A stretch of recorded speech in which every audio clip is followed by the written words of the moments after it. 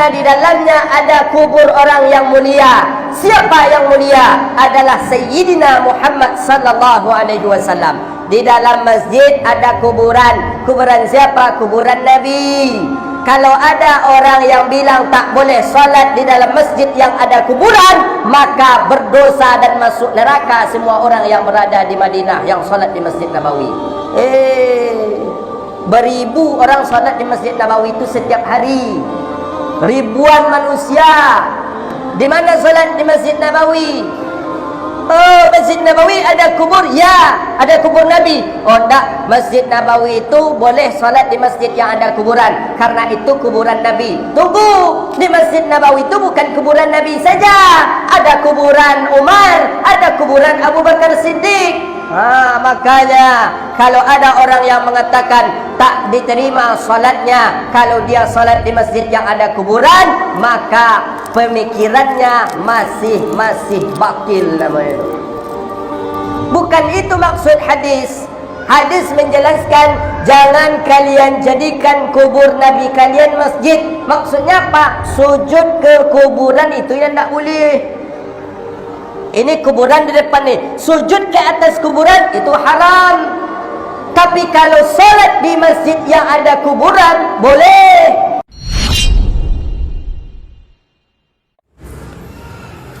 Ikhwan dan akhwat yang saya muliakan, kubur Nabi yang mulia alaihi salatu wassalam bukan di masjid beliau, tetapi di rumah beliau.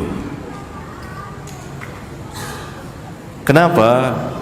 Karena setiap para nabi dan rasul dikubur di mana dia mati, di mana mereka wafat. Saya ulang, setiap para nabi dan rasul dikubur di mana mereka wafat. Nabi yang mulia alaihi salatu wassalam wafat di rumah beliau, di rumah Aisyah radhiyallahu taala anha, dikubur di situ, bukan di masjid beliau. Ingat, sahabat tidak mengubur Nabi sallallahu alaihi wasallam di masjid beliau, tidak, sama sekali tidak. Bagaimana mungkin sahabat mengubur Nabi yang mulia sallallahu alaihi wasallam di masjid, walhal Nabi sallallahu alaihi wasallam melarang mengubur mayit di masjid, mengubur seseorang di masjid. Bahkan Nabi sallallahu alaihi wasallam memberitahukan, mengabarkan bahwa Allah melaknat Yahudi dan Nasara yang telah menjadikan kubur nabi-nabi mereka sebagai masjid. Dalam hadis sahih riwayat Bukhari dan Muslim, la'natullah 'alal yahudi wan nasara ittakhadhu qubur anbiya'ihim masajid.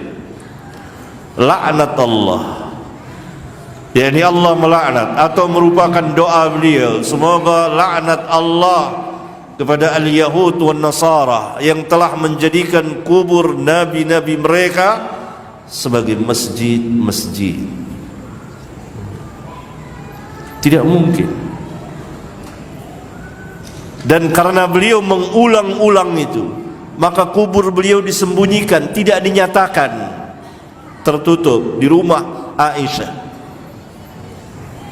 Beliau khawatir dijadikan sebagai tempat perayaan yang didatangi pada waktu-waktu tertentu. Karena itu beliau sallallahu alaihi wasallam bersabda, la taj'alu qabri 'aidan, jangan kamu jadikan kuburku seperti Aid, tempat perayaan yang didatangi pada waktu-waktu tertentu. Jangan. Dan para sahabat ridwanullah alaihim jami'an paham betul. Abu Bakar dan Umar pun dikubur di situ, di rumah Aisyah radhiyallahu anhum jami'an, tidak di masjid. Kemudian pada masa khilafah Bani Umayyah, yaitu Khalifah Abdul Malik bin Marwan, terjadi perluasan masjid. Dan kita tahu bahwa rumah Ummul Mukminin radhiyallahu taala anhu Aisyah bersebelahan dengan masjid. Maka ketika dipugar, maka masuk ke dalam.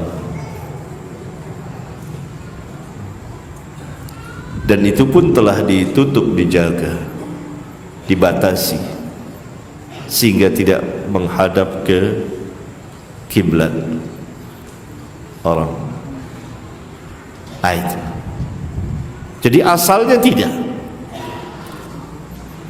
Adapun salat kita di Masjid Nabawi tetap, karena Masjid Nabawi mempunyai keutamaan, kelebihan dari masjid-masjid yang lain selain Masjidil Haram. Ada 3 buah masjid yang boleh dengan sengaja kita mengadakan safar, perjalanan untuk mencari berkah, barakah dan keutamaannya, yaitu Masjidil Haram, Masjid Nabawi dan Masjidil Aqsa. Selain itu tidak boleh. La tushaddur rihal.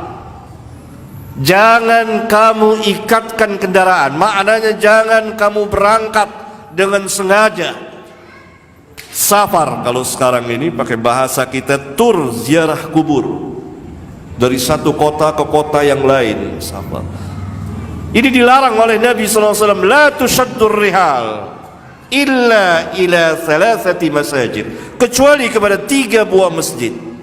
Masjidil Haram wa Masjidil Aqsa. Masjidil Haram, masjidku, dan Masjidil Aqsa. Dengan penjelasan singkat ini, insyaallah kita paham bahwa asal kubur Nabi sallallahu alaihi wasallam bersama kedua orang sahabatnya tidak di masjid, tidak dikubur di masjid, tetapi di luar masjid, di rumah Ummul Mukminin Aisyah radhiyallahu taala anhu.